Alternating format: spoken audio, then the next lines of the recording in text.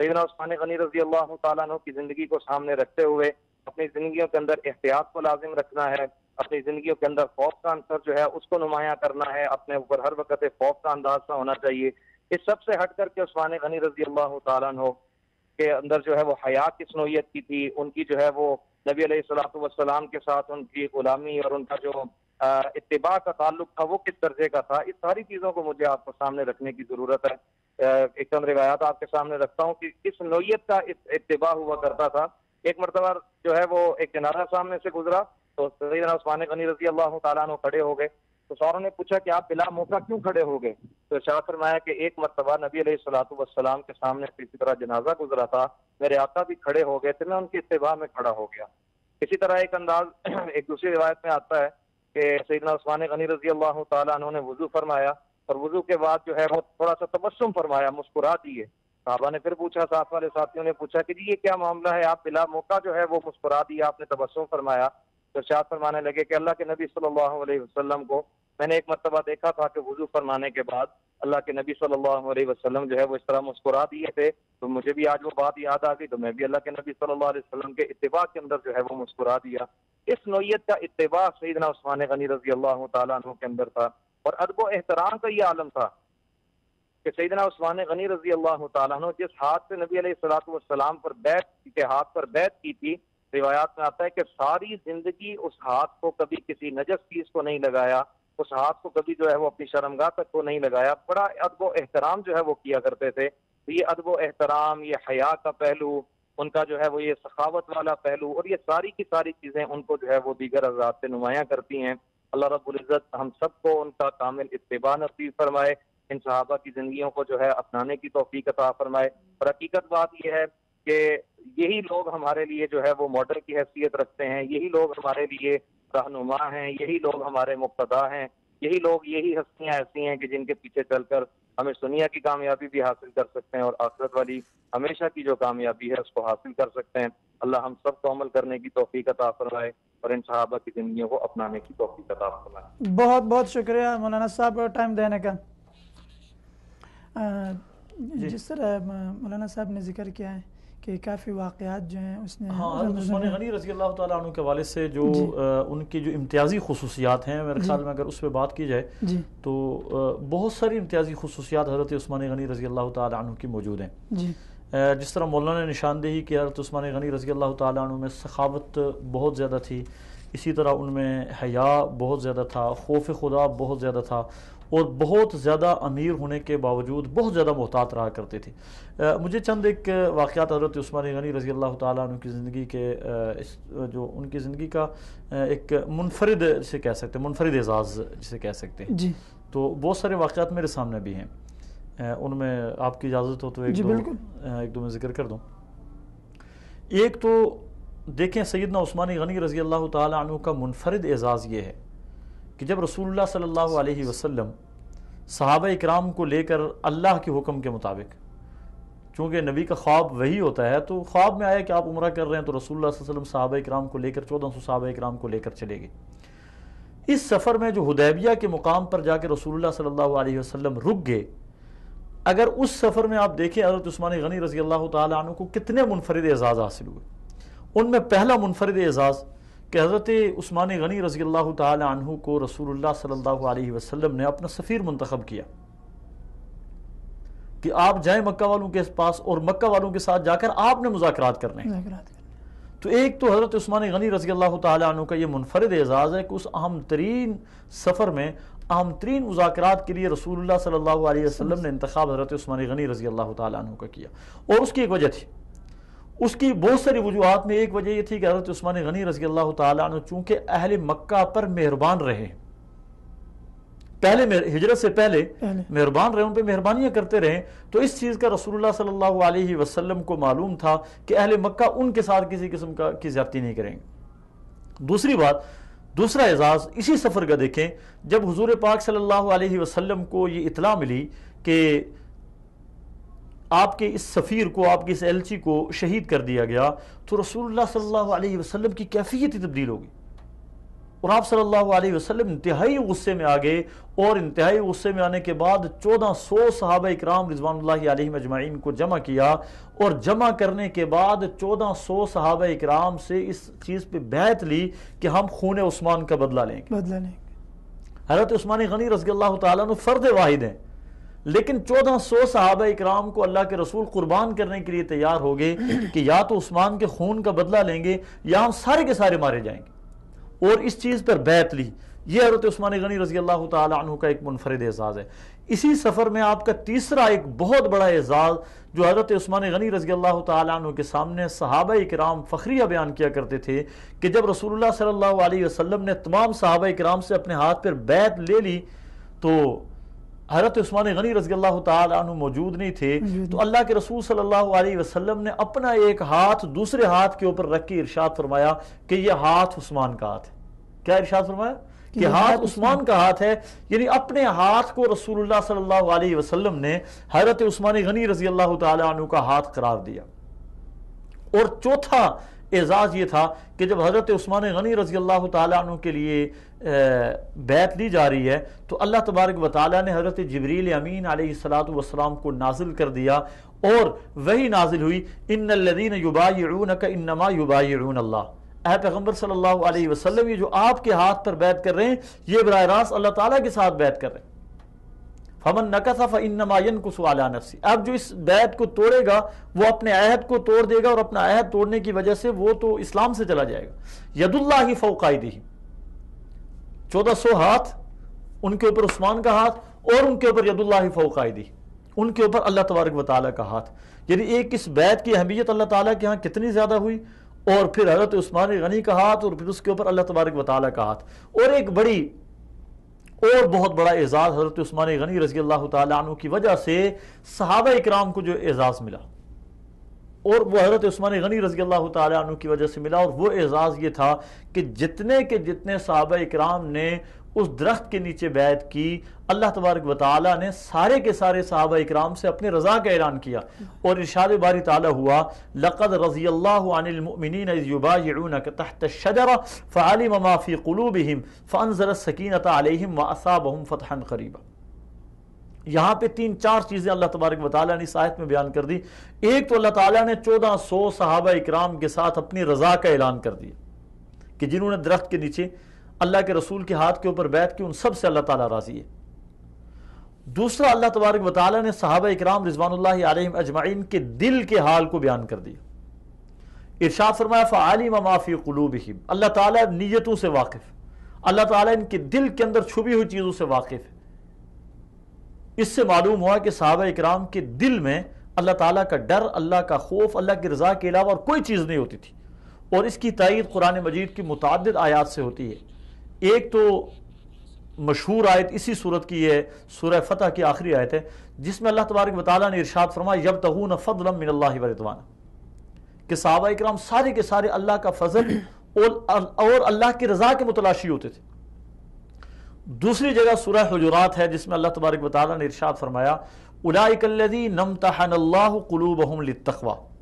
کہ یہ صحابہ اکرام رضوان اللہ علیہم اجمعین وہ ہستیاں ہیں کہ جن کے دلوں کا اللہ تعالیٰ نے امتحان لیا، اور ان کے دلوں میں اللہ تعالیٰ نے سوائے تقوی کے اور کسی چیز کو نہیں پایا۔ اور اس آیت میں بھی اللہ تبارک و تعالیٰ نے اسی تقوی کا ذکر کیا فعلم ما فی قلوبہم، اللہ تبارک و تعالیٰ جانتا ہے کہ ان کے دلوں کے اندر کیا ہے۔ اور تیسرا، اس آیت میں اللہ تبارک و تعالیٰ نے ایک اور چیز ارشاد فرمائی وَأَصَابَهُمْ فَتْحًا قَرِيبًا، اللہ تبارک و تعالیٰ نے ان کو ایک قریب آنے والی جو بشارت تھی اس کی پیشن گوئی دے دی، خوشخبری دے دی کہ اللہ تبارک و تعالیٰ تمہیں جلد ایک اچھی فتح تک پہنچائے گا، اور اس سے مراد فتح خیبر تھا۔ حافظ صاحب انشاءاللہ گفتگو کو جاری رکھیں گے، جی یہاں ایک چھوٹی سی بریک لیتے ہیں۔ محترم ناظرین، یہاں پر ہم ایک چھوٹی سی بریک لیتے ہیں، اور بریک کے بعد انشاءاللہ جب دوبارہ آئیں گے تو اپنے گفتگو کو جاری رکھیں گے۔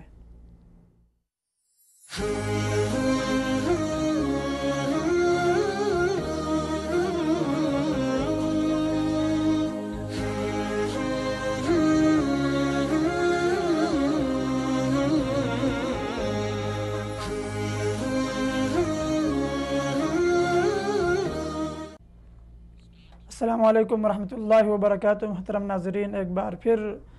آپ ناظرین کو خوش آمدید کہتا ہوں۔ محترم ناظرین، بریک میں جانے سے پہلے ہم گفتگو کر رہے تھے حضرت عثمان غنی رضی اللہ عنہ کے اعزازات کے بارے میں، تو میں اپنے معزز مہمان سے گزارش کروں گا کہ حضرت عثمان غنی رضی اللہ عنہ کے اور کیا اعزازات تھے۔ بسم اللہ الرحمن الرحیم۔ منفرد اعزازات پہ جو بات ہو رہی تھی اس میں نے صلح حدیبیہ کے حوالے سے آپ کے سامنے رکھا کہ ایک تو صلح حدیبیہ کے تمام سارے واقعات حضرت عثمان غنی رضی اللہ تعالی عنہ کے منفرد اعزازات میں شامل ہوتے ہیں، اور اس کے بعد ایک اعزاز حضرت عثمان غنی رضی اللہ تعالی عنہ کے پاس ایسا بھی موجود ہے جو پوری کائنات انسانی میں کسی کے پاس موجود نہیں ہے۔ حضرت آدم علیہ السلام سے لے کر قیامت تک آنے والا جو بھی آخری انسان آئے گا، ایک اعزاز حضرت عثمان غنی رضی اللہ تعالیٰ عنہ کے پاس ایسا ہے جو کسی کے پاس بھی موجود نہیں ہے، اور وہ اعزاز ہے حضور اکرم صلی اللہ علیہ وسلم کی 2 بیٹیوں کا آپ کے نکاح میں آنا۔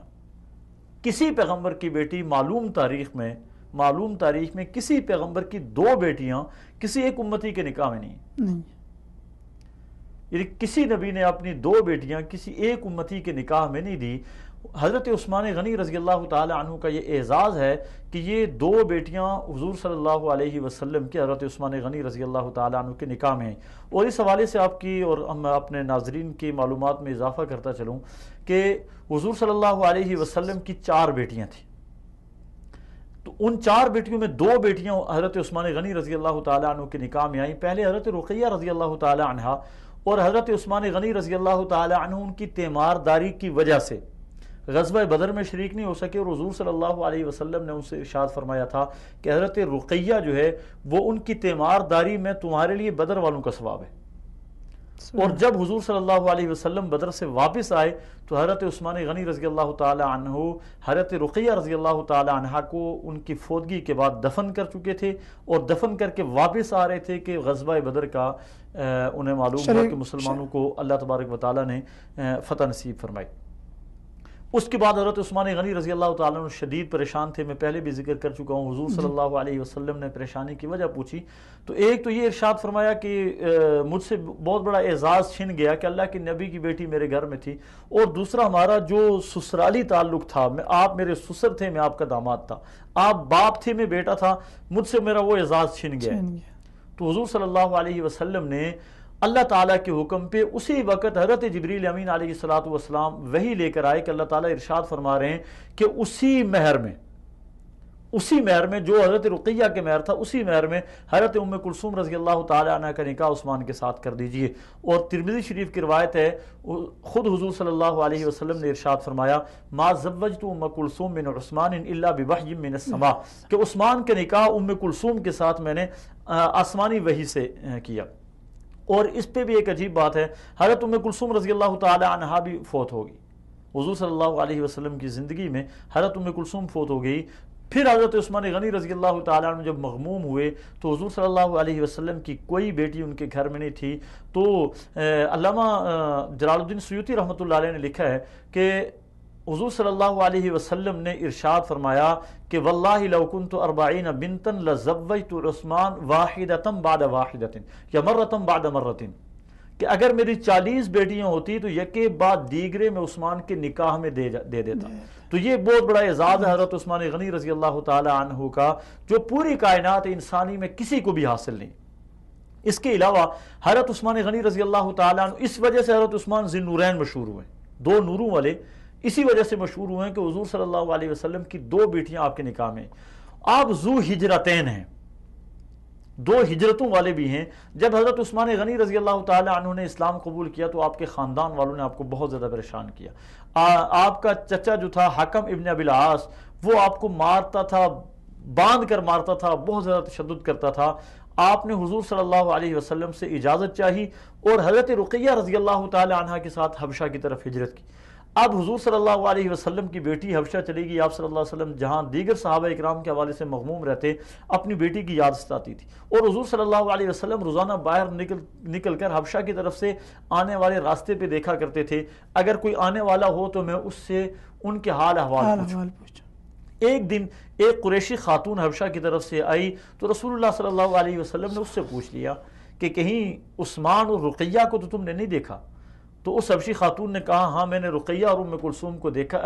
رقیہ اور حضرت عثمان غنی رضی اللہ تعالیٰ عنہ کو دیکھا ہے۔ آپ صلی اللہ علیہ وسلم نے پوچھا کہ کس حال میں ان کو دیکھا ہے؟ تو اس خاتون نے بتایا کہ حضرت عثمان غنی رضی اللہ تعالی عنہ نے حضرت رقیہ رضی اللہ تعالی عنہ کو ایک گدھے کے اوپر، جو بہت آہستہ چلنے والا گدھا ہے، اس کے اوپر سوار کیا ہوا تھا اور خود ان کے اوپر خود اس کے پیچھے پیچھے چل رہے تھے۔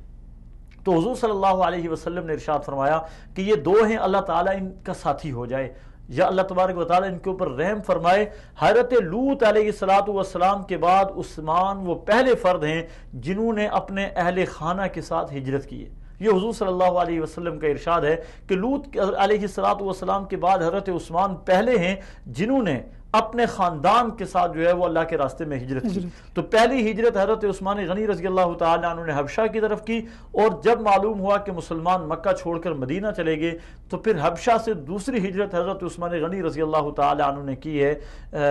مدینہ کی طرف۔ تو اس طرح حضرت عثمان غنی رضی اللہ تعالیٰ عنہ ذو ہجرتین ہیں، ذو ہجرتین ہیں۔ اور ایک صاحب یہاں میرے ذہن میں ایک جو ہے نا ایک بات جو ہے نا بار بار یہ آ رہی کہ جس طرح مولانا جو ہے بلال صاحب نے بھی ذکر کیا ہے اور آپ نے بھی جو ہے یہ کئی اعزازات آپ نے کیے ہیں، حضرت عثمان رضی اللہ عنہ جو ہے ان کا خاندان اور ان کے والد صاحب جو ہیں وہ شروع سے ہی جو ہے مالدار تھے، ان کے پاس مال تھا۔ جب ہجرت کر کے آئے مدینہ کی طرف تو بعد میں بھی ایسے واقعات جس طرح انہوں نے ذکر کیے ہیں، تو وہاں تو وہ سب کچھ جو ہے چھوڑ کے آئے تھے کہ نہیں کو جو ہے اپنے ساتھ کچھ لے کے آئے تھے کہ یہاں بھی جو ہے وہ مال جو ہے جو کچھ حضرت عثمان غنی رضی اللہ تعالیٰ عنہ کی ملکیت میں تھا وہ تو ان کی ملکیت میں تھا۔ پھر حضرت عثمان غنی رضی اللہ تعالیٰ عنہ کے خاندان کے بہت سارے لوگ بعد میں مسلمان بھی ہو گئے۔ حضرت عثمان غنی رضی اللہ تعالیٰ عنہ کے والد مسلمان ہو گئے اور آپ کے خاندان کے بہت سارے یعنی بعد میں لے کے آئے ہیں اپنے مال، بہت سارے نہیں، جب حبشہ گئے اپنے ساتھ مال لے کر گئے، حبشہ گئے حضرت عثمان غنی اپنے ساتھ مال لے کر گئے، واپس جب مدینہ آئے وہاں سے بہت سارا لے کر آئے، پھر اپنے والد کی جائیداد میں بہت سارا مکہ میں تھا۔ ایسا تو نہیں تھا کہ مکہ والوں کے ساتھ مسلمانوں کا بالکل 100% رابطہ کٹ گیا تھا، یا آنے جانے والا یا رابطے والا یا اور معاملات کوئی بھی نہیں تھی، تو رابطہ ان کا پہلے سے موجود تھا۔ ٹھیک، تو اعزازات میں عثمان غنی رضی اللہ عنہ کے ایک اور اعزاز حضور صلی اللہ علیہ وسلم کے بارے میں آتا ہے کہ ایک مدینہ کے ایک باغ میں تشریف فرما تھے، تو بلکہ حضرت عائشہ صدیقہ رضی اللہ تعالیٰ عنہ کی روایت ہے، سیدہ عائشہ صدیقہ رضی اللہ تعالیٰ عنہ فرماتی ہیں کہ رسول اللہ صلی اللہ علیہ وسلم کے دروازے پر دستک ہوئی، اور دستک میں کسی نے اجازت چاہی اندر آنے کی، تو آپ صلی اللہ علیہ وسلم نے اجازت دی، تو حضرت ابو بکر رضی اللہ تعالیٰ عنہ تھے۔ حضور صلی اللہ علیہ وسلم یوں پاؤں پھیلا کر بیٹھے ہوئے تھے اور آپ کی پنڈلی مبارک سے کپڑا ہٹا ہوا تھا، تو آپ صلی اللہ علیہ وسلم اسی کیفیت میں بیٹھے رہے۔ حضرت ابو بکر رضی اللہ تعالیٰ عنہ آئے، اپنی کوئی ضرورت پیش کی، اس کے بعد دستک ہوئی، پوچھا کون ہے، معلوم ہوا حضرت عمر رضی اللہ تعالیٰ عنہ، کہا آنے دو، اور اسی کیفیت میں بیٹھے رہے۔ پھر جب دستک ہوئی تو پوچھا کون ہے، معلوم ہوا کہ حضرت عثمان ہیں، تو حضور صلی اللہ علیہ وسلم نے ان کو روک لیا، اور روکنے کے بعد آپ صلی اللہ علیہ وسلم اپنی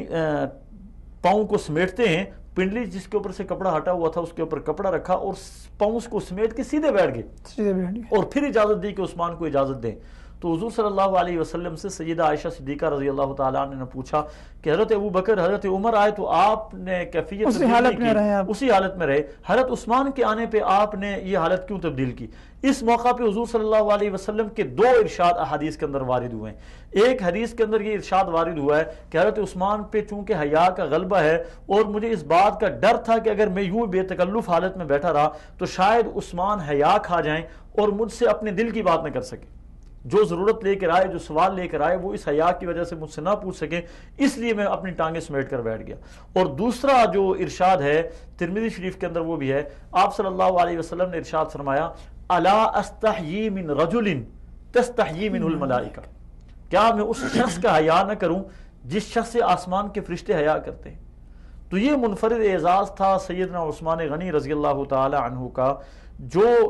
حضور صلی اللہ علیہ وسلم کی زبان سے ان کے لیے یہ الفاظ جاری ہوئے کہ حضرت عثمان غنی رضی اللہ تعالی عنہ بہت زیادہ حیا والے تھے، بہت زیادہ حیا والے تھے، اور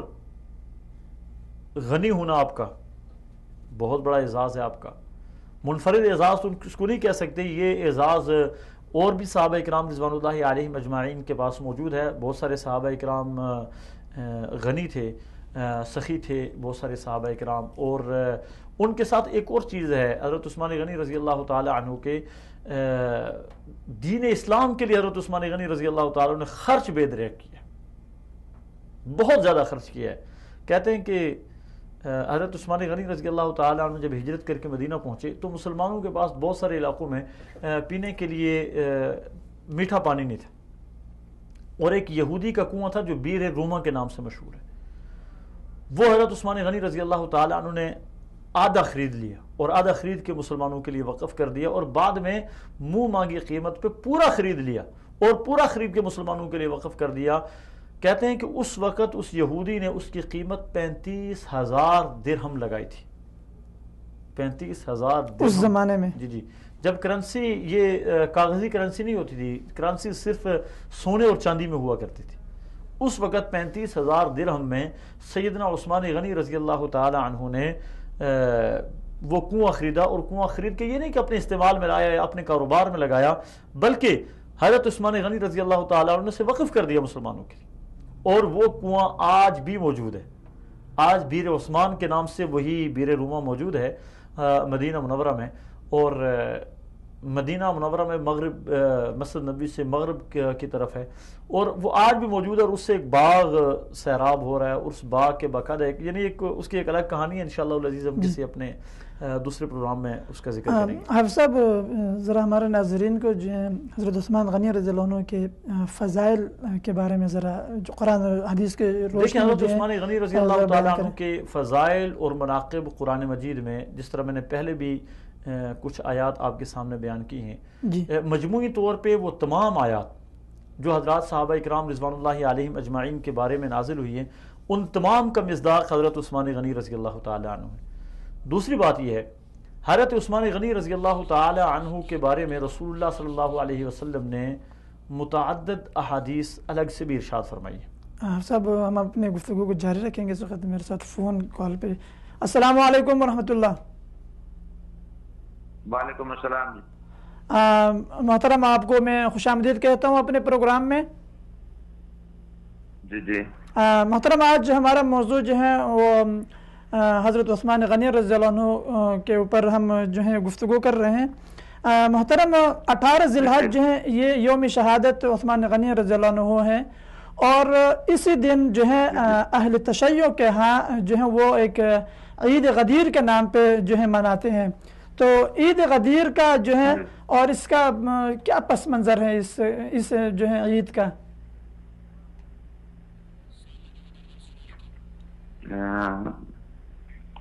مجھے بادشاہ صاحب نے جو فون کیا تھا، میں نے تو اس پہ تھوڑی سی جو آپ کی شہادت پہ، آپ کی مظلومیت پہ کچھ یعنی کہ بات کرنے کی کوشش کرنی تھی، کیونکہ انہوں نے مجھے یہ بتایا تھا اگر اس پہ ہوتا تو میں ضرور اس پہ بات کرتا. جی بالکل کریں، شہادت کے اوپر بات کریں. جی جی بسم اللہ الرحمن الرحیم. نحمده ونصلي على سيدنا ورسولنا الكريم. اما بعد، اعوذ بالله من الشيطان الرجيم. بسم الله الرحمن الرحيم.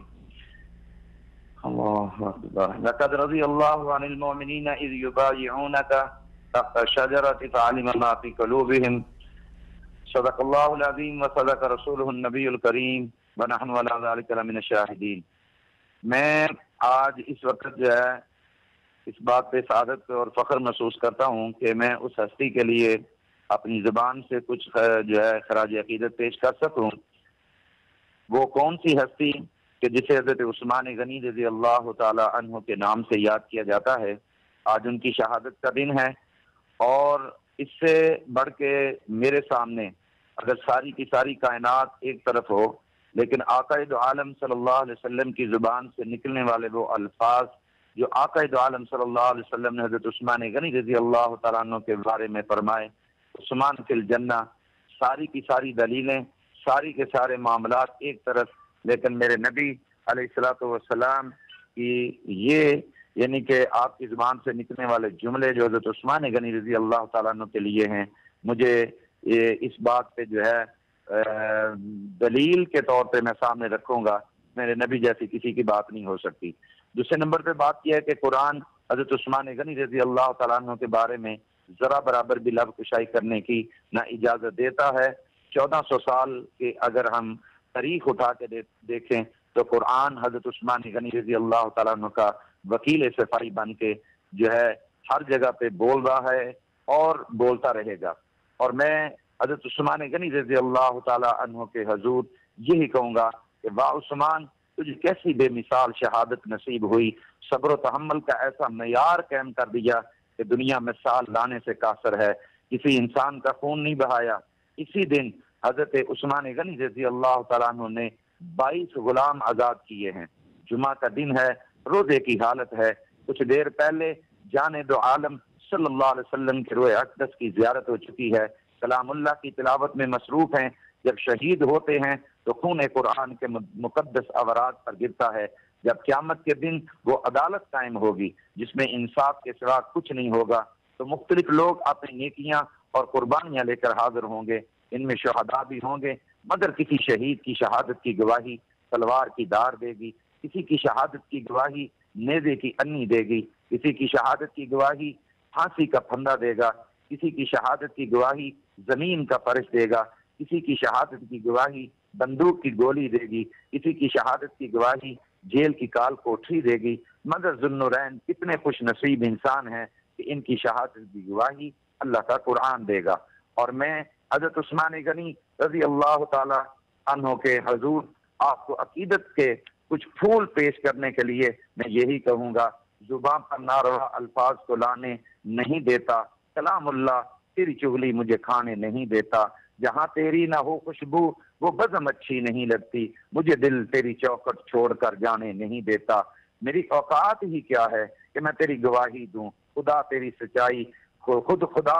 تیری سچائی پہ حرف آنے نہیں دیتا. میری نظروں میں جچتا ہی نہیں تیرے سوا کوئی. تیرے کوچے سے باہر دل مجھے جانے نہیں دیتا. تیرا میں غم کروں کیوں کر خدا جب تیرے دامن پر کسی الزام کا چھینٹا بھی آنے نہیں دیتا. آپ کے اوصاف لوگوں کو سنا دیتا ہوں میں، چار جانب کی خوشبو سی اڑا دیتا ہوں میں. انہی الفاظ کے ساتھ میں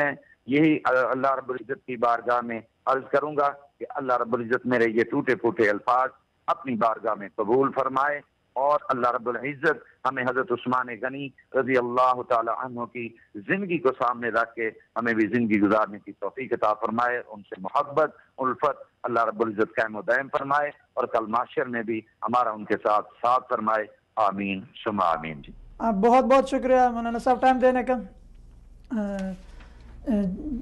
مولانا صاحب نے جو ہے بہت مختصر مگر بڑی جامع اور اشعار جو ہیں ماشاءاللہ بہت اچھے اشعار ذکر ہیں.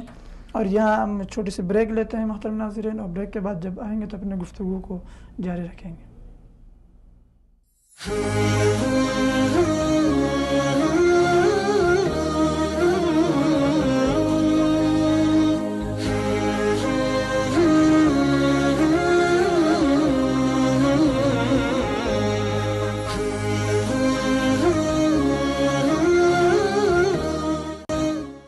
السلام علیکم ورحمۃ اللہ وبرکاتہ. محترم ناظرین، ایک بار پھر آپ حضرات کو میں خوش آمدید کہتا ہوں. حافظ صاحب، آپ ذرا ہمارے ناظرین کو جو ہے یہ ذرا ہمارے ناظرین کو آگاہ کریں کہ حضرت عثمان غنی رضی اللہ عنہ جو ہیں وہ کیسے خلیفہ بنے، یا دوسرے الفاظ میں ہم یہ بھی کہہ سکتے ہیں کہ جو ہے خلافت کیسے ملی ہے. بسم اللہ الرحمن الرحیم. میں اپنی بات پہلے والی اگر مکمل کر لوں، تھوڑا سا اس میں رہتا تھا، اس میں ایک چیز جو خاص حضرت عثمان غنی رضی اللہ تعالیٰ عنہ کے منفرد اعزازات میں رہتی تھی وہ ضروری ہے ہمارے ناظرین اس سے آگاؤں. غزوہ تبوک کا موقع جسے جیش ذو العسرہ بھی کہا گیا، تنگی والا لشکر جو ہے کہا گیا، بڑی مشکل حالات میں اور بہت بڑا لشکر حضور صلی اللہ علیہ وسلم لے کر گئے تھے، جس کی تاریخ میں غزوہ تبوک میں جس میں تاریخ میں تعداد مسلمانوں کی 30,000 یا 40,000 تک بھی آتی ہے. اس اتنے بڑے لشکر میں جب رسول اللہ صلی اللہ علیہ وسلم نے یہاں سے یعنی مدینہ منورہ سے چلنے سے پہلے چندے کا اعلان کیا، تو حضرت عثمان غنی رضی اللہ تعالیٰ نے مختلف اعلانات پہ جو بہت کچھ دیا، اس میں 1/3 لشکر کا سارا سامان بمہ سواری کے، یعنی 1000 اونٹ، 70 گھوڑے اور 1000 اونٹوں کے سواروں کا جتنا بھی خرچہ تھا وہ سارا دیا۔ جب رسول اللہ صلی اللہ علیہ وسلم نے مزید مانگا تو حضرت عثمان غنی رضی اللہ تعالیٰ نے ایک تھیلی 1000 اشرفیوں سے بھری ہوئی رسول اللہ صلی اللہ علیہ وسلم کو دی۔ حدیث میں آتا ہے کہ رسول اللہ صلی اللہ علیہ وسلم یوں اپنی گود میں وہ اشرفیوں ڈیل دی اور یوں ہاتھوں پہ اچھال رہے ہیں، اور ہاتھوں پہ اچھالتے ہوئے ارشاد فرما رہے ہیں ما ضر عثمان ما عمل بعد اليوم، ما ضر عثمان ما عمل بعد اليوم، ما ضر عثمان ما عمل بعد اليوم، کہ عثمان کا کوئی عمل آج کے بعد عثمان کو نقصان نہیں دے گا، یعنی عثمان کا ہر عمل جو ہے وہ عثمان کو اب فائدہ ہی دے گا، کوئی چیز اس کو جنت جانے سے نہیں روک سکتی ہے۔ تو یہ حضرت عثمان غنی رضی اللہ تعالیٰ عنہ کا ایک بہت بڑا منفرد اعزاز تھا۔ خلافت کیسے ملی؟ اس پہ حضرت عثمان غنی رضی اللہ تعالیٰ عنہ تیسرے خلیفہ ہیں۔ حضرت عمر رضی اللہ تعالیٰ عنہ اپنی شہادت سے 3 دن پہلے زخمی ہو گئے، تو زخمی ہونے کے بعد حضرت عمر رضی اللہ تعالیٰ عنہ نے سوچا کہ اپنا کسی کو جانشین بنا دوں، بہت سوچا لیکن کسی نتیجے پر نہیں پہنچ سکے۔ تو اس نتیجے پر نہیں پہنچ سکے تو حضرت عثمان غنی رضی اللہ تعالیٰ عنہ نے 6 صحابہ اکرام رضوان اللہ علیہم اجمعین پر مشتمل ایک کمیٹی ترتیب دے دی، عمر رضی اللہ عنہ نے، حضرت عمر رضی اللہ تعالیٰ عنہ کہ یہ 6 آپس میں سے کسی ایک کا انتخاب کر لیں، باہر سے انتخاب بھی نہیں کرنا، آپس میں کسی ایک کا انتخاب کر لیں اور مشورے کے ساتھ کر لیں۔ ان میں 6 کے 6 سارے حضرات عشرہ مبشرہ تھے، ان میں حضرت طلحہ تھے، حضرت سعد ابن ابی وقاص تھے، حضرت زبیر ابن عوام تھے، خود حضرت عثمان غنی رضی اللہ تعالیٰ عنہ تھے، حضرت ابو عبیدہ رضی اللہ تعالیٰ عنہ۔ ان 6 صحابہ اکرام وہ تھے جو عشرہ مبشرہ میں سے تھے۔ ان میں حضرت طلحہ رضی اللہ تعالیٰ عنہ کے بارے میں حضرت عمر کو بتایا گیا کہ وہ مدینہ میں نہیں ہیں، تو حضرت عمر نے کہا کہ 3 دن ان کا انتظار کرو، اگر 3 دن تک آ گئے تو ٹھیک ہے، نہیں تو آپ 5 بیٹھ کے کسی ایک کا انتخاب کر دیں۔ تو اس طرح حضرت ان 5 نے بیٹھ کے حضرت عثمان غنی رضی اللہ تعالیٰ عنہ کو خلیفہ منتخب کیا، اور خلیفہ بننے کے بعد حضرت عثمان غنی رضی اللہ تعالیٰ عنہ 12 سال تک خلیفہ رہے۔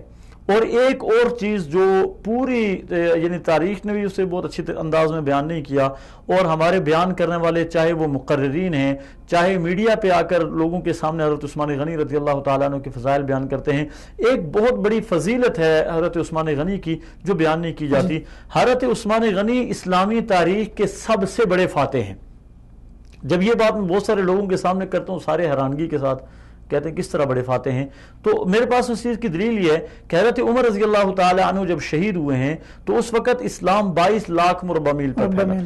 اور جب حضرت عثمان غنی رضی اللہ تعالیٰ عنہ شہید ہوئے تو اس وقت اسلام 44 لاکھ مربع میل تک پھیل چکا تھا، یعنی 22 لاکھ مربع میل حضرت عثمان غنی رضی اللہ تعالیٰ عنہ کے دور میں فتح ہوا۔ تو اس طرح حضرت عثمان غنی رضی اللہ تعالیٰ عنہ اسلامی تاریخ کے سب سے بڑے فاتح ہیں اس دور میں۔ جی اس دور میں آج تک اسلامی تاریخ میں ان سے بڑا فاتح کوئی بھی موجود نہیں، نہ اس سے پہلے نہ اس کے بعد۔ حضرت عثمان سے بڑا فاتح 1400 سالہ اسلامی تاریخ میں کوئی بھی نہیں ہے مسلمانوں۔ جی اس کے بعد جو ہے معاویہ رضی اللہ عنہ اور علی رضی اللہ عنہ اور یہ جو گزرے ہیں، حضرت معاویہ رضی اللہ تعالی عنہ نے کتنا علاقہ فتح کیا؟ 20 لاکھ مربع میل فتح کیا، مزید 64 لاکھ مربع میل حضرت امیر معاویہ رضی اللہ تعالیٰ عنہ سب سے بڑی اسلامی خلافت اسے کہہ سکتے ہیں، سب سے بڑی اسلامی اس کے علاوہ 20 لاکھ مربع میل مزید حضرت امیر معاویہ رضی اللہ تعالیٰ عنہ نے فتح کیا، لیکن 22 لاکھ مربع میل اکیلے حضرت عثمان غنی رضی اللہ تعالیٰ عنہ کے دور میں فتح ہوا۔ حضرت علی رضی اللہ تعالیٰ عنہ کے دور میں تو اسلامی سرحدیں وہ رہیں، بند رہی، مزید فتوحات نہیں ہوئی اندرونی خلفشار کی وجہ سے۔ حضرت امیر معاویہ رضی اللہ تعالیٰ عنہ نے 20 لاکھ مربع میل مزید فتح کیا، لیکن 22 لاکھ مربع میل فتح کیا تھا حضرت عثمان غنی رضی اللہ تعالیٰ عنہ کے دور میں۔ ٹھیک ہے، اس وقت میرے ساتھ فون لائن پہ محمد۔ السلام علیکم ورحمۃ اللہ وبرکاتہ۔ وعلیکم السلام ورحمۃ اللہ وبرکاتہ۔ محترم جناب، میں آپ کو اپنے پروگرام میں خوش آمدید کہتا ہوں۔ محترم، آپ ذرا ہمارے ناظرین کو یہ بتا دیں کہ قرآن اور حدیث میں حضرت عثمان غنی رضی اللہ عنہ کا جو ہے کیا مقام اور مرتبہ ہے، ذرا ہمارے ناظرین کو جو ہے یہ بتا دیں کہ عثمان رضی اللہ عنہ کا کیا مقام اور مرتبہ ہے قرآن اور حدیث کے روشنی میں۔ سبحان اللہ، بسم اللہ الرحمن الرحیم۔ اللہ سبحانہ و تعالی قرآن کے اندر فرماتے ہیں لقد رضی اللہ عن المؤمنین اذ یبایعونک تحت الشجرہ، کہ اللہ ان لوگوں سے خوش ہو گیا جنہوں نے آپ صلی اللہ علیہ وسلم سے بیعت کی درخت کے نیچے، یہ بیعت جو ہوئی تھی وہ عثمان رضی اللہ عنہ کی وجہ سے ہوئی تھی، اور احادیث تو بھری پڑی ہے۔ عثمان فی الجنہ، عثمان رضی اللہ عنہ ان لوگوں میں سے ہے جن کو عشرہ مبشرہ کہا جاتا ہے، جن کو دنیا ہی میں جنت کا پروانہ مل گیا۔ اور آپ صلی اللہ علیہ وسلم، عثمان غنی رضی اللہ عنہ خود فرماتے ہیں کہ اللہ نے مجھے 10 ایسی خصوصیات عنایت فرمائی جو اللہ نے کسی اور کو یہ خصوصیات، یہ برکات عنایت نہیں فرمائی۔ ان میں سے ایک وہ فرماتے ہیں کہ انی لأربع غابع فی الاسلام، میں 4 نمبر کا مسلمان ہوں۔ ابو بکر رضی اللہ عنہ کی دعوت پہ یہ مسلمان ہوئے تھے، اور ماشاءاللہ اللہ نے ان کو بہت سابقین الاولین، بہت شروع کے مسلمانوں میں سے ان کو شامل فرمایا، اور ماشاءاللہ وہ جمے رہے۔ اور پھر وہ فرماتے ہیں جہزت جیش العسرہ، جو تبوک کے موقع پہ جو مشکلات کا جو سامنا کرنا پڑا، آپ صلی اللہ علیہ وسلم کو مالی امداد کی بھی بہت ضرورت تھی۔ آپ صلی اللہ علیہ وسلم نے اعلان فرمایا کہ بھئی کون ہے جو اللہ کے لیے اپنا مال اللہ کے راستے میں خرچ کرے، تو عثمان رضی اللہ عنہ کھڑے ہو گئے اور کہا کہ اے اللہ کے نبی، آپ اللہ کے راستے کے لیے میری طرف سے 100 اونٹ قبول فرما لیجئے۔ پھر اللہ کے نبی صلی اللہ علیہ وسلم نے پھر اعلان فرمایا، تو پھر وہ کھڑے ہو گئے۔ ایسا نہیں سوچا کہ بھئی ایک مرتبہ تو میں نے دے دیا، اب کسی اور کی باری ہے۔ فوراً صحابہ رضی اللہ عنہ کی ایک خصوصیت یہ بھی تھی کہ جب جنت کی طرف لے جانے والے اعمال ہو، اس کے اندر وہ پیچھے نہیں ہٹتے تھے، وہ ہمیشہ چاہتے تھے کہ میں اور بڑھوں اور آگے بڑھوں، اور اسی طرح ہم کو بھی آگے بڑھنا چاہیے۔ تو اس طرح کی وہ 10 خصوصیات گنواتے ہیں۔ ان میں سے ایک یہ بھی ہے کہ آپ صلی اللہ علیہ وسلم نے مجھے اپنی ایک بیٹی سے نکاح کروایا، رقیہ رضی اللہ عنہا، پھر ان کا انتقال ہو گیا، تو پھر اس کے بعد آپ صلی اللہ علیہ وسلم نے مجھے کافی غمگین پایا، تو انہوں نے پھر مجھے کہا کہ عثمان بہت غمگین نظر آ رہے ہو، تو پھر انہوں نے کہا کہ اے اللہ کے نبی، مجھے یہ شرف حاصل ہوا تھا آپ کے داماد بننے کا، اب آپ کی بیٹی کا انتقال ہو چکا ہے۔ تو اللہ کے نبی صلی اللہ علیہ وسلم نے فرمایا کہ اے عثمان، فکر نہ کرو، اللہ نے مجھے حکم دیا ہے کہ میں اپنی دوسری بیٹی کا بھی آپ سے ہی نکاح کروں۔ اور سبحان اللہ، اور پھر اللہ کے نبی صلی اللہ علیہ وسلم نے یہاں تک فرمایا ایک روایت کے مطابق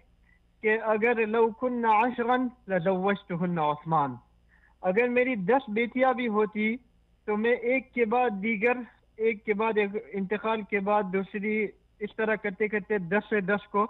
عثمان سے ہی نکاح کرواتا۔ اور اگر ہم تاریخ اٹھا کے دیکھ لیں، سبحان اللہ، انسانیت کی تاریخ میں کوئی ایسا انسان نہیں ہے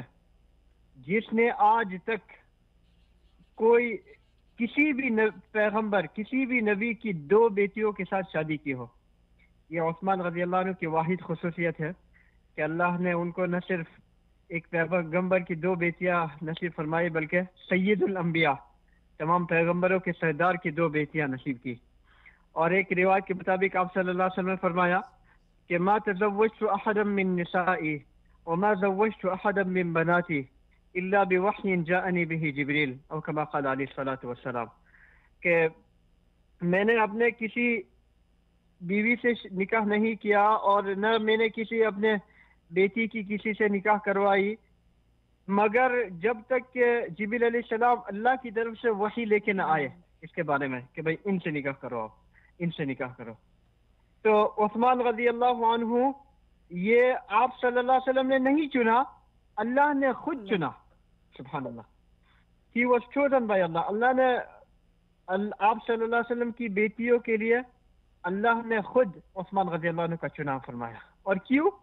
وَأَحْيَاهُمْ عثمان، عثمان رضی اللہ عنہ کے اندر جو حیا تھا، جو حیا کی جو خصوصیت تھی، اشدہم حیاء عثمان، وہ زبردست۔ آج دنیا میں ہم دیکھ لیں کہ جو بے حیائی ہو رہی ہے، اللہ ہم سب کو عثمان رضی اللہ عنہ کے نقش قدم پہ چلنے والا بنا دے۔ دنیا کو بہت ضرورت ہے کہ عثمان جیسے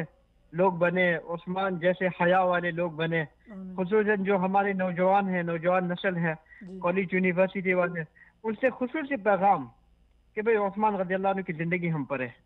اور ان کو اپنا نمونہ بنائے اور ان کے نقش قدم پہ چلے. عثمان رضی اللہ عنہ جس طرح جنت والے ہیں ہم ان کے نقش قدم پہ چلیں گے, کیا ہم جنت والے نہیں بن سکیں گے انشاءاللہ؟ تو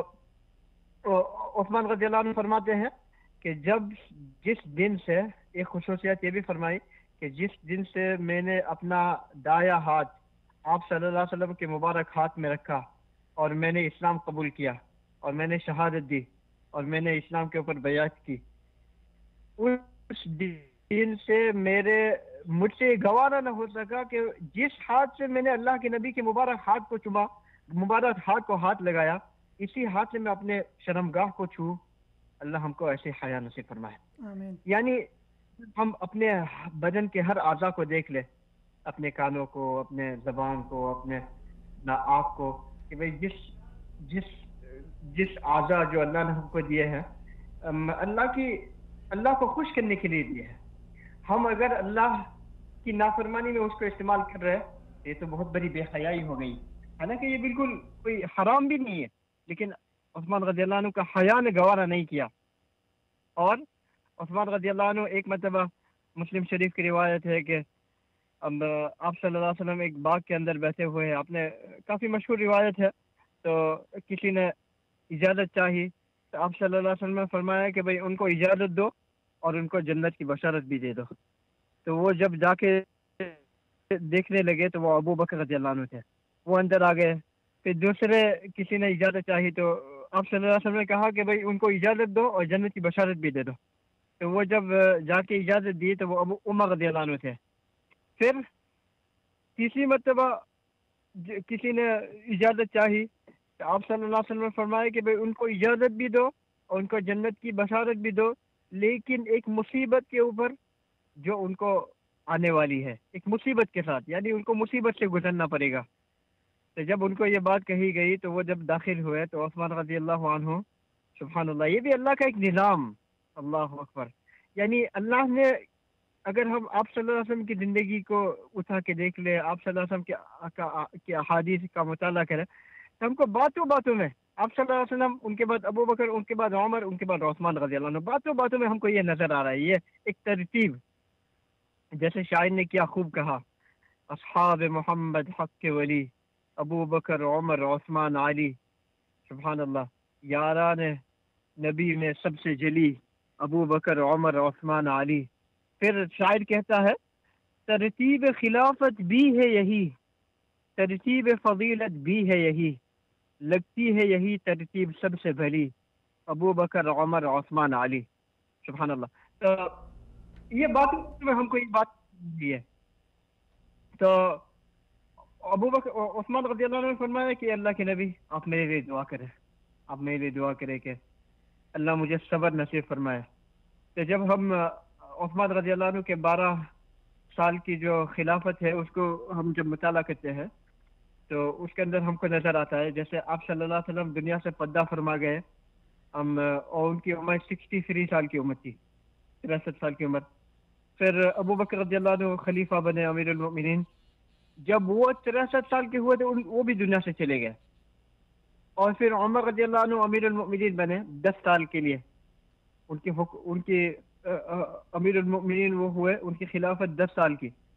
وہ جب 63 سال کے ہوئے وہ بھی دنیا سے چلے گئے. یعنی کیا اللہ کا نظام, سبحان اللہ. یعنی انہوں نے جو اپنے ہاتھ میں تھا, اپنے جو کنٹرول میں تھا, جو وہ اپنے بس میں جو بات کی ان کو اللہ کے نبی کے مطابق بنایا. تو جو بات ان کے بس کے باہر تھی, یعنی کون سی عمر میں دنیا سے چلا جانا, کہاں دنیا سے چلا جانا, یہ بھی اللہ نے ان کو اپنے پیارے حبیب صلی اللہ علیہ وسلم کے نقش قدم کے مطابق بنا دیا. بہت بہت شکریہ مولانا صاحب ٹائم دینے کا. ٹائم ہمارے پاس بہت کم ہے. ہم بات کر رہے تھے مولانا صاحب سے پہلے حضرت عثمان غنی رضی اللہ تعالیٰ کی خلافت کی بات تقریباً مکمل ہو چکی تھی. حضرت عثمان غنی رضی اللہ تعالیٰ نے وقت کم ہے تو ان کی شہادت کی طرف آتے ہیں کہ شہادت کے کیا محرکات کیا تھے. دیکھیں حضرت عثمان غنی رضی اللہ تعالیٰ عنہ کے زمانہ خلافت میں ایک گروہ پیدا ہو گیا تھا جس کی سربراہی عبداللہ ابن سبا کے ہاتھ میں تھی, اور یہ اس نے جا کے کوفہ کی طرف حضرت علی رضی اللہ تعالیٰ عنہ کے حوالے سے پہلے غلط قسم کے عقائد پھیلانا شروع کر دیے کہ حضرت علی رضی اللہ تعالیٰ عنہ کا حق کے خلافت زیادہ تھا، ان کو پہلا خلیفہ ہونا چاہیے تھا، دوسروں نے خلافت اعوذ باللہ غصب کر لیا، ہم حضرت علی کو یہ حق دلائیں گے۔ اور دوسرا بعد میں اس نے حضرت علی رضی اللہ تعالیٰ عنہ کی الوہیت کا بھی دعویٰ کیا، اور اسی نے وہاں مسلمانوں کے اندر کچھ اس طرح کے عقائد پیدا کر دیے کہ اور انتشار پیدا کر دیا کہ بہت سارے لوگ جو خود کو مسلمان کہلاتے تھے وہ حضرت عثمان غنی رضی اللہ تعالیٰ عنہ کے خلافت کے در پہ ہو گئے۔ سارے کے سارے مسلمان مدینہ سے مکہ کی طرف حج کے لیے گئے ہوئے تھے کہ وہ حج کا ظاہر کر کے کوفہ سے آگے مدینہ منورہ اور آ کے حضرت عثمان غنی رضی اللہ تعالیٰ عنہ کے قصر خلافت کا محاصرہ کر لیا، بلوائی کہا جاتا ہے انہیں، اور انہوں نے 40 دن تک حضرت عثمان غنی رضی اللہ تعالیٰ عنہ پہ دانا پانی بند رکھا، جو کچھ گھر میں تھا وہ تو انہوں نے استعمال کیا لیکن باہر سے کوئی چیز بھی اندر نہیں جانے دی، جس کی وجہ سے حضرت عثمان غنی رضی اللہ تعالیٰ عنہ بھوکے رہے، پیاسے رہے، آپ کے اہل خانہ بھوکے اور پیاسے رہے، اور وہ مسلسل حضرت عثمان غنی رضی اللہ تعالیٰ عنہ سے یہ مطالبہ کرتے رہے کہ حضرت آپ خلافت چھوڑ دیں۔ اب یہاں جو ہے یہ بتا سکتے ہو کہ شروع سے ہی جو ہے یہ سلسلہ شروع ہو گیا ہے، کچھ عرصہ جو ہے امن اور اطمینان تھا۔ حضرت عثمان غنی رضی اللہ تعالیٰ عنہ کی خلافت کی ابتدائی تقریباً 9-10 سال بالکل امن اطمینان کے ساتھ گزرے۔ آخری جو 2 سال تھے، ان 2 سالوں میں حضرت عثمان غنی آخری 2 سالوں میں انگلیاں اٹھنا شروع ہو گئی، اور عبداللہ ابن سبا اصل میں ایک یہودی تھا، اور وہ ایک ذہن لے کر آیا تھا کہ مسلمانوں کو شکست میدان جنگ میں نہیں دی جا سکتی، بلکہ ان کے اندر گھس جاؤ اور ان کا اپنا بن کے، ان کے آستین کے سانپ بن کے ان کو شکست دے سکتے ہو۔ تو وہاں سے مسلمانوں میں ایک گروہ پیدا کیا گیا جس گروہ کو شیعان علی کہا گیا، اور یہی خود کو شیعان علی کہلانے والے عبداللہ ابن سبا کے پیروکار تھے، جو کوفہ سے چلے اور مدینہ منورہ پہنچے، اور مدینہ منورہ پہنچ کے سیدنا عثمان غنی رضی اللہ تعالیٰ عنہ کے قصر خلافت کا محاصرہ کیا، ظلم کیا۔ حضرت عثمان غنی رضی اللہ تعالیٰ عنہ کو، جیسے کہ مجھ سے پہلے ایک کالر آپ کو بتا رہے تھے کہ رسول اللہ صلی اللہ علیہ وسلم نے زندگی میں بشارت دے دی تھی کہ تو جنت میں جائے گا لیکن اس مصیبت پر جو تجھے پہنچے گی۔ دوسرے 2 مقامات پر رسول اللہ صلی اللہ علیہ وسلم نے حضرت عثمان غنی رضی اللہ تعالیٰ عنہ کی شہادت کی اطلاع دے دی۔ ایک تو حدیث ہے بخاری شریف میں آتی ہے کہ رسول اللہ صلی اللہ علیہ وسلم احد پہاڑ پر چڑھے، آپ کے ساتھ ابو بکر، عمر اور عثمان تھے، اور پہاڑ پر زلزلہ آیا تو آپ صلی اللہ علیہ وسلم نے اپنا پاؤں مبارک مار کر اسے روکا اور ارشاد فرمایا، اثبت یا احد فإنما علیک نبی و صدیق و شہیدان، اے احد رک جا، تیرے اوپر ایک نبی، ایک صدیق اور 2 شہید ہیں۔ یہ نبی خود حضور صلی اللہ علیہ وسلم ہے، صدیق حضرت ابو بکر ہیں، اور شہیدان 2 شہید جو حضرت عمر اور حضرت عثمان ہیں۔ دوسرا ایک اور موقع ہے جس پہ آپ صلی اللہ علیہ وسلم نے حضرت عثمان غنی رضی اللہ تعالیٰ عنہ سے خود مخاطب ہو کے ارشاد فرمایا، یا عثمان لعل اللہ یقمسک قمیصا فإن ارادوک علی خلعہ فلا تخلعہ لهم، او کما قال، کہ عثمان اللہ تعالیٰ تجھے ایک قمیض پہنائیں گے، لوگ اسے اتارنے کی کوشش کریں گے، تو نے وہ نہیں اتارنی، اور اس قمیص جو ہے وہ قمیص سے خلافت تھی جو حضرت عثمان غنی رضی اللہ تعالیٰ عنہ کو پہنائی گئی تھی۔ لوگوں نے آپ سے مطالبہ کیا کہ دستبردار ہو جائیں، حضرت عثمان غنی رضی اللہ تعالیٰ عنہ دستبردار نہیں ہوئے۔ شہادت کے بعد جو ہے عثمان رضی اللہ عنہ کو جب آپ جو ہے انہوں نے شہید کر دیا، تو شہادت کے بعد امت کے حالات جو ہیں، دیکھیں میرے خیال میں اس پہ ایک مستقل پروگرام کی ضرورت ہے۔ حضرت عثمان غنی رضی اللہ تعالیٰ عنہ کی شہادت کے بعد امت میں بہت بڑا انتشار آ گیا، اس پہ ایک مستقل پروگرام کی ضرورت ہے۔ 2 منٹ میں ایک مختصر بات کر کے ہم آگے چلتے ہیں۔ ایک تو یہ کہ امت میں یہ انتشار اس طرح آ گیا کہ دارالخلافہ مدینہ سے کوفہ منتقل ہو گیا۔ پہلے مدینہ دارالخلافہ تھا، دارالخلافہ کوفہ منتقل ہو گیا۔ حضرت عثمان غنی رضی اللہ تعالیٰ عنہ کے قصاص کے عنوان پہ ایک تحریک اٹھی جس کا جھنڈا سیدنا امیر معاویہ رضی اللہ تعالیٰ عنہ نے اٹھایا، پھر حضرت عائشہ رضی اللہ تعالیٰ عنہ نے بھی مطالبہ کیا قصاص حضرت عثمان کا، جس پہ 2 بڑی جنگیں لڑی گئی، جنگ جمل ہے، جنگ صفین ہے، اس پہ انشاءاللہ کبھی مستقل بات کریں گے۔ لیکن یہاں پہ یہ بات عرض کرنا ضروری سمجھتا ہوں کہ حضرت عثمان غنی مظلوم مدینہ ہے۔ حضرت حسین رضی اللہ تعالیٰ عنہ بھی مظلوم کربلا ہیں، بڑی مظلومیت کے ساتھ شہید ہوئے، 3 دن تک بھوکا اور پیاسا رکھا گیا۔ اس طرف حضرت عثمان غنی رضی اللہ تعالیٰ عنہ کو 40 دن تک بھوکا اور پیاسا رکھ کے شہید کیا گیا۔ حضرت عثمان غنی رضی اللہ تعالیٰ عنہ کی شہداء کی صف میں اگر دیکھا جائے تو سب سے مظلوم ترین شہید ہے۔ اور یہ جو ہے جس طرح بعض لوگ جو ہے اس دن جو ہے یہ عید غدیر کے نام پہ مناتے ہیں، تو اس کے دیکھیں حضرت عثمان غنی رضی اللہ تعالیٰ عنہ کی شہادت ہوئی ہے 18 ذی الحج کو، جی۔ اور اہل تشیع کی طرف سے پورے پاکستان میں اور پوری دنیا میں غدیر خم کے عنوان پہ ایک عید منائی جاتی ہے، اور اس میں ظلم بالائے ظلم اور ستم بالائے ستم یہ ہے کہ اس سال باقاعدہ طور پہ وہ جو عید غدیر ہے اس کے اشتہارات شائع ہوئے اور اس کی نماز تک کا بھی اہتمام کیا جا رہا ہے۔ میں نے آپ کو ایک اشتہار ثبوت کے طور پہ دیا تھا، اگر آپ وہ اسکرین پہ چلا دیں تو۔ محترم ناظرین آپ کو ایک اشتہار دکھاتے ہیں اور اس کے بعد یہ اشتہار آپ کے سامنے ہے جس میں نماز عید غدیر کے نام سے ایک اشتہار چھپا ہوا ہے، اور اس میں باقاعدہ طور پر یہ لکھا گیا ہے کہ نماز عید غدیر فلاں وقت پر فلاں علاقے میں ادا کی جائے گی۔ یہ اصل میں اہل تشیع اس کو ایک اور اس پس منظر میں لے کے جاتے ہیں کہ جب رسول اللہ صلی اللہ علیہ وسلم حج کر کے واپس آئے تو غدیر خم کے مقام پر، یہ جوحفہ آج کل جو علاقہ ہے، جو میقات ہے، میقات جو جوحفہ ہے جہاں جا کر حاجی بہت سارے علاقوں سے وہ حاجی اپنا احرام باندھتے ہیں، وہ اس علاقے کا نام ہے یہ غدیر خم، اس علاقے کا نام ہے۔ وہاں پہ رسول اللہ صلی اللہ علیہ وسلم نے صحابہ کرام کو جمع کیا تھا، اور جمع کرنے کے بعد ایک بلیغ خطبہ ارشاد فرمایا تھا، اور اس خطبے میں رسول اللہ صلی اللہ علیہ وسلم نے حضرت علی رضی اللہ تعالی عنہ کا ہاتھ پکڑا تھا، یہ بخاری شریف کی روایت ہے، ہاتھ پکڑ کے ارشاد فرمایا تھا من کنت مولا فہذا علی مولا، کہ جو میرا دوست ہے علی اس کا دوست ہے۔ اور اللہ آپ صلی اللہ علیہ وسلم نے وہاں پر ایک دعا بھی فرمائی کہ یا اللہ جو علی کا دوست ہے تو اس کا دوست ہو جا، جو اس کے ساتھ دشمنی رکھے تو اس کا دشمن ہو جا، یہ دعا فرمائی تھی۔ اس غدیر خم کے واقعہ کا ایک پیش منظر بھی ہے، ایک پس منظر بھی ہے، ایک پیش منظر۔ پیش منظر تو یہ ہے جو رسول اللہ صلی اللہ علیہ وسلم نے ارشاد فرمایا، اس کے پس منظر پہ ایک بہت بڑا واقعہ ہے، اور واقعہ یہ ہے کہ رسول اللہ صلی اللہ علیہ وسلم نے اپنی زندگی کے آخری یعنی حجۃ الوداع سے کچھ عرصہ پہلے رسول اللہ صلی اللہ علیہ وسلم نے حضرت علی رضی اللہ تعالی عنہ کو یمن کا گورنر بنا کر بھیجا، یمن کا قاضی بنا کر بھیجا۔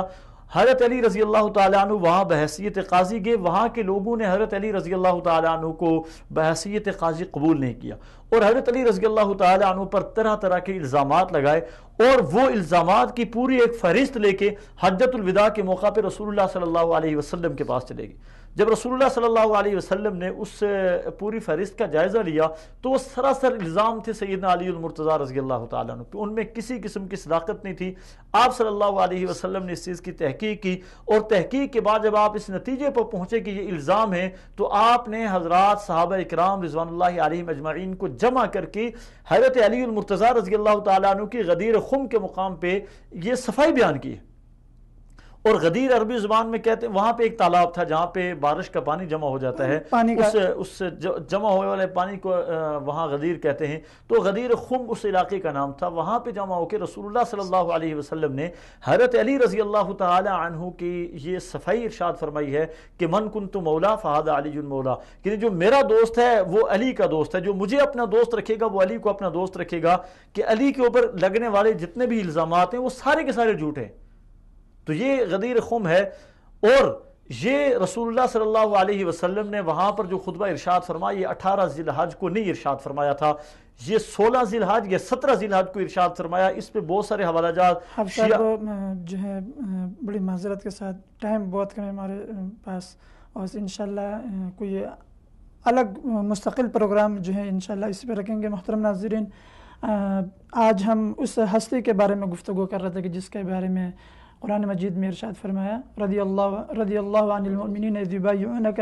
اور اللہ کے رسول صلی اللہ علیہ وسلم نے اس کے بارے میں ارشاد فرمایا کہ الا استحی من رجل تستحی منہ الملائکہ، اور اللہ رب العزت ہمیں ایسے جو ہے اللہ رب العزت سے دعا ہے کہ اللہ ہمیں ایسے حیا ہماری زندگی میں، اللہ ہمیں ایسے جو ہے زندگی دیں۔ اور اسی کے ساتھ میں ایک بار پھر اپنے معزز مہمانان گرامی کا شکریہ ادا کرتا ہوں، اور اسی کے ساتھ میں اپنے معزز مہمانان گرامی کے ساتھ آپ ناظرین سے اجازت چاہتا ہوں۔ اگلے پروگرام میں انشاءاللہ پھر ملیں گے، تب تک کے لیے اللہ حافظ۔